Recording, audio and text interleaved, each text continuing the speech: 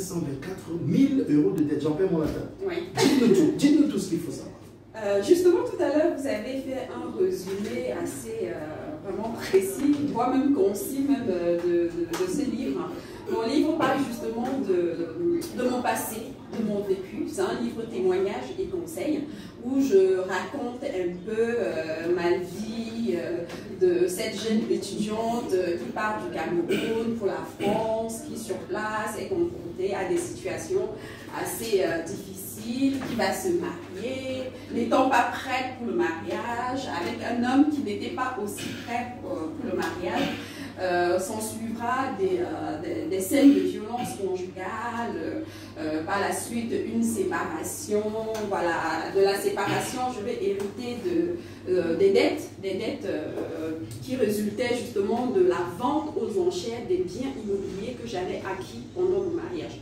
Justement, les biens immobiliers ont été vendus aux enchères. Pourquoi? Parce que l'argent, c'est des biens, on avait emprunté auprès des banques justement pour acquérir ces biens-là. Et lors de la séparation, le monsieur qui était censé gérer ces biens, récupérer l'argent des loyers et reverser aux banques, n'a pas forcément fait ce qu'il fallait. Donc les banques, en colère, ont dû brader les biens pour récupérer un peu d'argent. Mais après avoir bradé les biens, il restait encore 524 000 € de dettes qu'ils me réclamaient, au fait.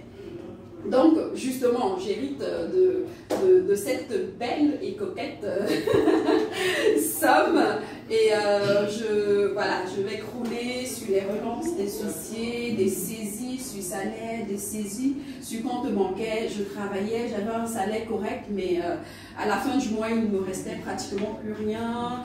C'était difficile de joindre les deux bouts. Voilà. J'ai même pensé à un moment donné à mettre fin à mes jours, mais je crois que je n'ai pas eu assez de force ni assez de courage pour aller, pour aller jusqu'au bout. Mais par la suite, je vais vraiment me retourner du côté du divin, parce que je vais me dire que là, aucun homme n'a une solution pour moi. Je regarde à gauche, mes parents ne peuvent pas m'aider. Mais est-ce que si j'essaye un peu la foi en Dieu, est-ce que ça va pas m'aider? Du coup, cette foi en Dieu va me donner de l'espérance, de l'espoir. À vous entendre cette histoire vraie, c'est vous? C'est moi. On a bien dit qu'on a. C'est pas vrai. Quand tu crois que Romané et moi nous sommes bêtes, les auditeurs sont bêtes, on dit que là c'est 15 minutes de gloire, tu viens entrer là-dedans, tu dis que non, certes, oui, la fois facile façon de dire que maman, il y a encore un peu de. Oui, certes, c'est une histoire vraie, ça je savais déjà, mais donc à l'entendre, je suis juste en train de me rendre compte que. Et tu rentres dans son heure de gloire.